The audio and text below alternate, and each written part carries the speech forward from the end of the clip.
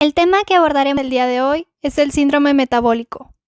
El equipo está conformado por Carolina Solís, Alondra Melero, Lidia Castillo, Giovanni Soto y Lisbeth Ochoa, estudiantes de la Universidad Autónoma de Ciudad Juárez del programa de Ingeniería Biomédica.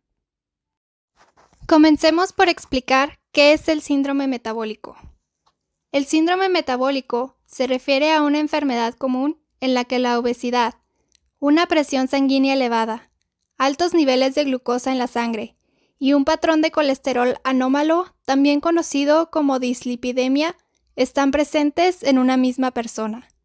Cuando estos factores de riesgo se presentan simultáneamente, la probabilidad de contraer una enfermedad arterial coronaria, un accidente cerebrovascular o una diabetes es mucho mayor que cuando estos factores de riesgo se presentan de forma independiente.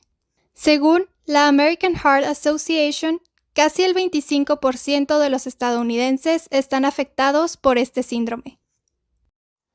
A continuación, les mostramos una imagen en la que podemos apreciar los dos principales factores por los que una persona puede desarrollar este síndrome.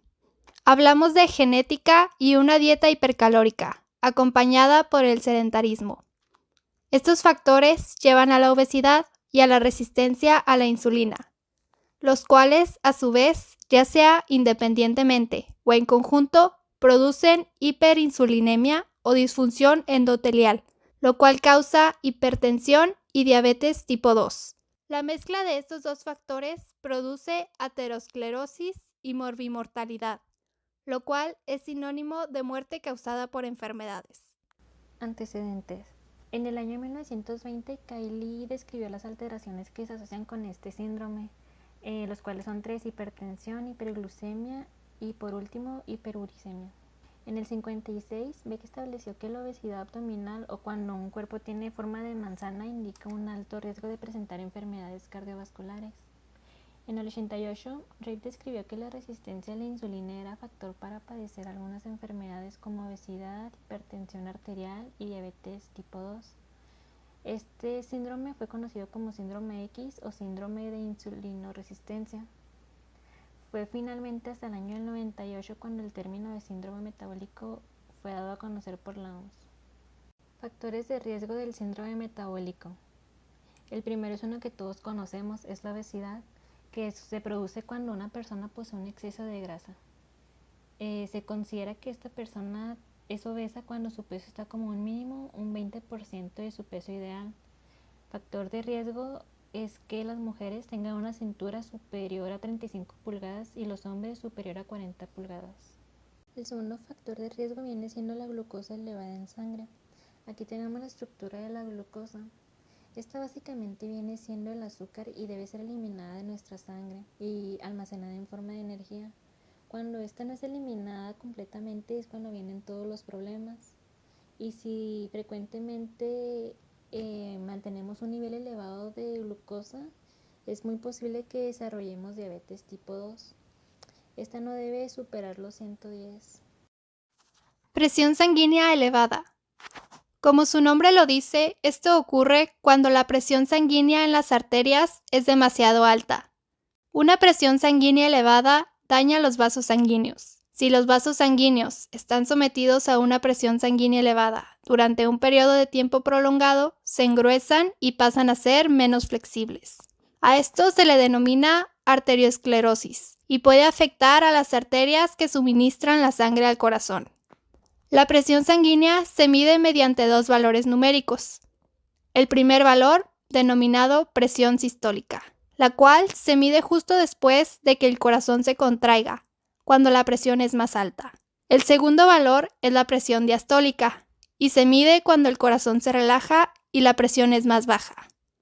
La presión sanguínea normal es de unos 110/75 milímetros de mercurio.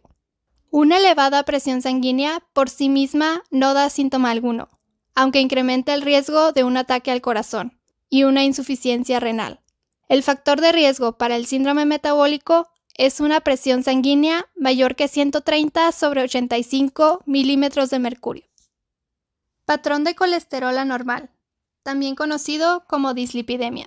El colesterol es una clase de grasa de tu sangre. Este procede de las comidas que ingieres o bien es fabricado en el hígado. Se encuentra en todas las células de nuestro organismo.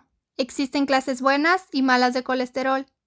Demasiado colesterol malo, como son los triglicéridos y LDL, y la falta de suficiente colesterol bueno, también conocido como HDL, puede incrementar el riesgo de enfermedad cardíaca coronaria. Los niveles de triglicéridos y de HDL son importantes indicadores del síndrome metabólico. Unos niveles elevados de triglicéridos en la sangre pueden contribuir a obstruir las arterias mediante depósitos grasos denominados placas, condición conocida como aterosclerosis, creando dificultades para que la sangre rica en oxígeno llegue al corazón. Unos niveles elevados de triglicéridos incrementan el riesgo de sufrir un ataque cardíaco. El factor de riesgo para el síndrome metabólico son niveles de triglicéridos superiores a 150 miligramos por decilitro. A su vez, el colesterol HDL, también conocido como colesterol bueno, ayuda a eliminar los depósitos del interior de los vasos sanguíneos y evita que los vasos se obstruyan. Cuando más HDL haya en tu sangre, mejor será para tu corazón. Cuando los niveles de colesterol HDL sean bajos, existe un mayor riesgo de sufrir un ataque al corazón o un accidente cerebrovascular. El factor de riesgo para el síndrome metabólico son niveles de colesterol HDL inferiores a 50 miligramos por decilitro en mujeres y a 40 miligramos por decilitro en hombres. Otros factores que intervienen en el síndrome metabólico son la inflamación. Los niveles elevados de citocinas inflamatorias circulantes se han asociado con el proceso aterosclerótico y la proteína C reactiva es uno de los indicadores más sensibles de la respuesta inflamatoria en este proceso. Estado protrombótico. En el síndrome metabólico existe un aumento en el plasma fibrinógeno y además del inhibidor activador plasminógeno entre paréntesis PAI menos 1.6. Adipocitoquinas. La grasa visceral secreta citoquinas proinflamatorias, por ejemplo la interleucina 6, el TNF y adipocitocinas entre paréntesis adipocetina y leptina, que parece estar directamente asociada con la obesidad y la resistencia a la insulina. El estrés oxidativo. Una dieta alta en grasa y calorías se caracteriza por un aumento del estrés oxidativo en el lecho vascular y la disfunción endotelial, antes del desarrollo de resistencia a la insulina y estrés oxidativo sistémico. El cortisol. La hipercortisolemia conduce a la obesidad visceral, mortalidad cardiovascular acelerada y severa del síndrome de Cushing. Raza. Las diferencias significativas en los componentes del síndrome metabólico se han observado entre los grupos étnicos, siendo los afrodescendientes y los hispanos los que presentan un mayor riesgo. Enfermedades asociadas con el síndrome metabólico. Una de estas enfermedades es el accidente cerebrovascular, el cual sucede cuando se detiene el flujo sanguíneo al cerebro, normalmente causado por un coágulo. El cerebro, al no recibir la suficiente cantidad de nutrientes y oxígeno, las células empiezan a morir y esto puede ocasionar un daño cerebral permanente o incluso la muerte. Se relaciona con el síndrome metabólico porque sus mayores riesgos son las personas que tienen diabetes, así como obesidad y problemas cardíacos. Otra es la enfermedad cardíaca coronaria, en la cual es la más común entre las enfermedades cardíacas y es la principal causa de muerte entre hombres y mujeres en los Estados Unidos. Estas ocurren cuando la arteria se endurece y se estrechan, lo cual se debe a la acumulación de colesterol y otros materiales llamados placa en la capa interna de las paredes de la arteria. Diabetes tipo 2, la más común. El cuerpo no produce o no utiliza de manera adecuada la insulina. La insulina es la hormona que ayuda a la glucosa entrar a las células. Sin insulina hay demasiada glucosa en la sangre. Con el tiempo, el nivel alto de glucosa en la sangre puede causar problemas serios en el corazón, los riñones, nervios, ojos, encías, dientes, etc. También tenemos la enfermedad del hígado graso no alcohólico. Como su nombre nos lo dice, no es causada por consumir demasiado alcohol y está estrechamente relacionada con el sobrepeso. Muchas de las personas no presentan síntomas, sin embargo, esto se puede llegar a complicar y causar esteatohepatitis no alcohólica, la cual puede causar insuficiencia hepática y también puede causar cáncer de hígado. ¿Qué causa el síndrome metabólico? Según la Organización Mundial de la Salud, la OMS, este síndrome se manifiesta cuando una persona presenta simultáneamente resistencia a la insulina, alteraciones en los niveles de glucosa en sangre, hipertensión arterial, obesidad o abdomen prominente. Las cifras de triglicéridos arriba de lo normal y los niveles de lipoproteínas de alta densidad, colesterol bueno, por debajo de lo recomendado. Los investigadores creen que el síndrome metabólico es una enfermedad genética, es decir, que se transmite en los genes de una familia, de una generación a la siguiente. Sin embargo, no se entiende completamente por qué se produce el síndrome metabólico. Fisiopatología del síndrome metabólico y de la resistencia a la insulina. La resistencia a la insulina se define como la disminución de la capacidad de la insulina para ejercer sus acciones en tejidos diana. La resistencia a la insulina parece ser el vínculo común y el factor promotor de la cascada de disturbios metabólicos, modulados por factores genéticos y ambientales. En la fisiopatología del síndrome metabólico se imbrican alteraciones en el metabolismo glucolipídico, estados proinflamatorios y protrombóticos. El vínculo entre todas ellas se atribuye a la resistencia insulínica. Durante mucho tiempo, el tejido adiposo ha sido considerado un reservorio de energía en forma de triglicéridos, y se ha reconocido su importancia como órgano endocrino secretor de adipoquinas.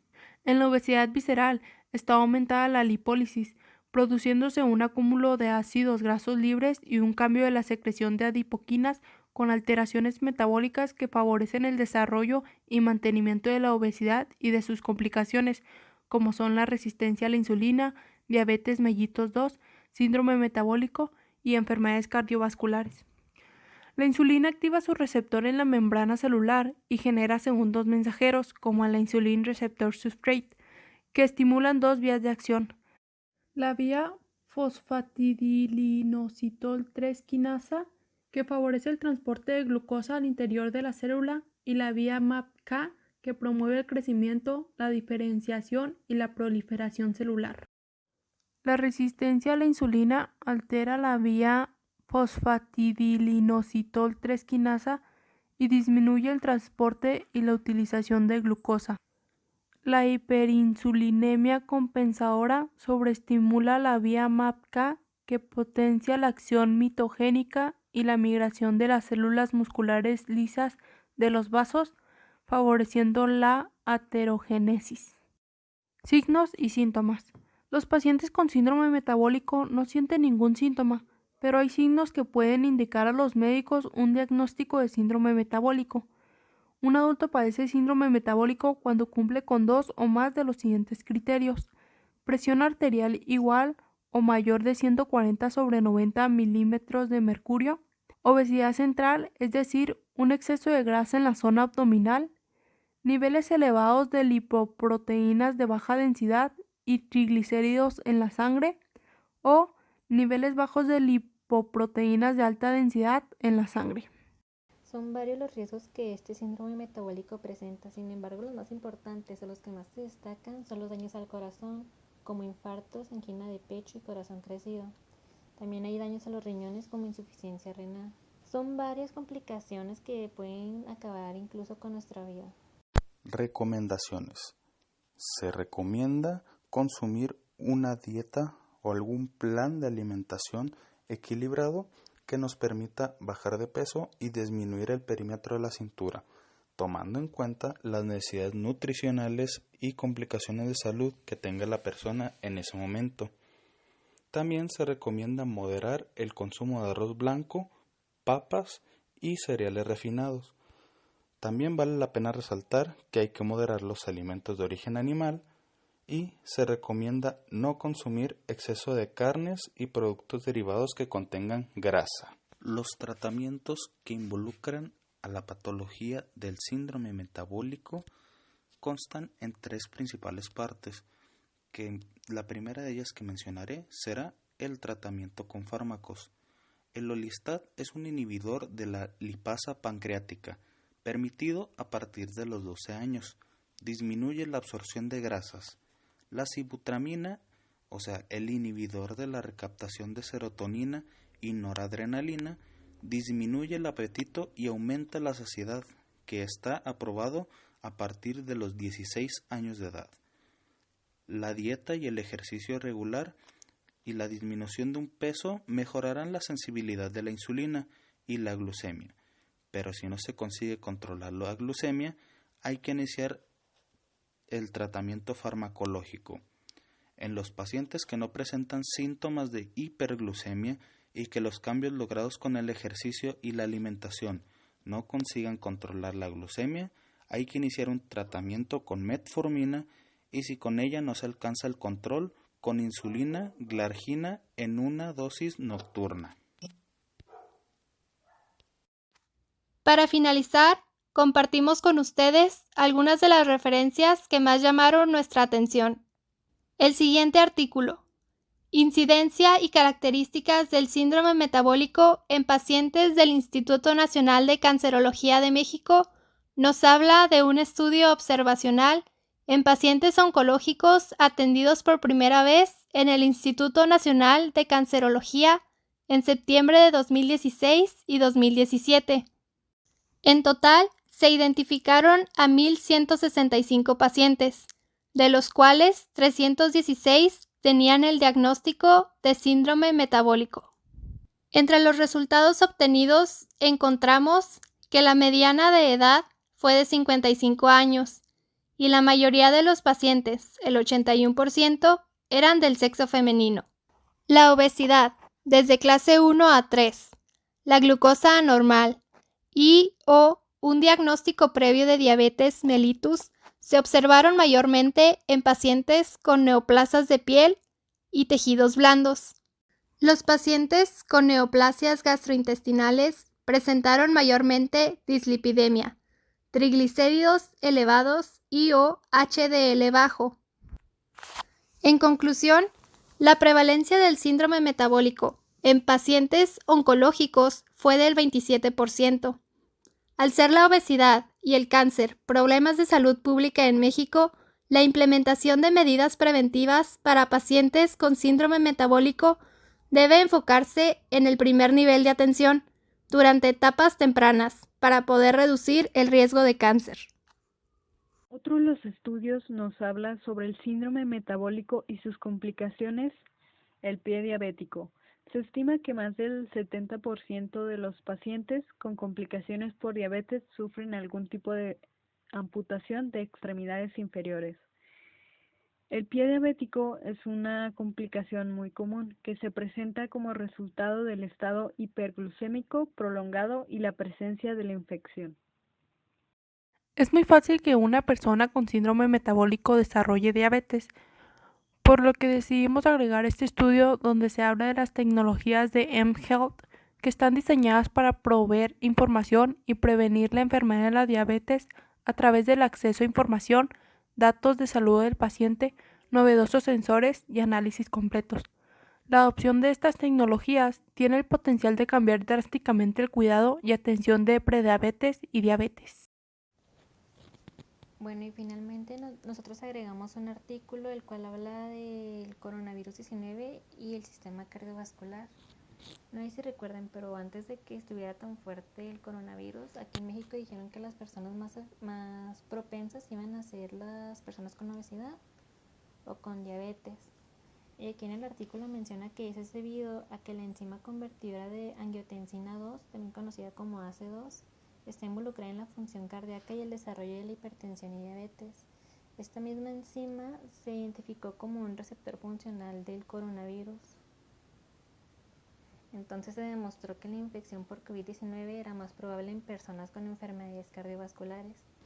En pacientes que estaban infectados, el 50% tenía hipertensión y diabetes, y hasta un 30% tenía una enfermedad cardíaca. Bueno, también menciona que este virus se desencadena por la unión de la proteína espiga del virus AC2, que se expresa altamente en el corazón y los pulmones.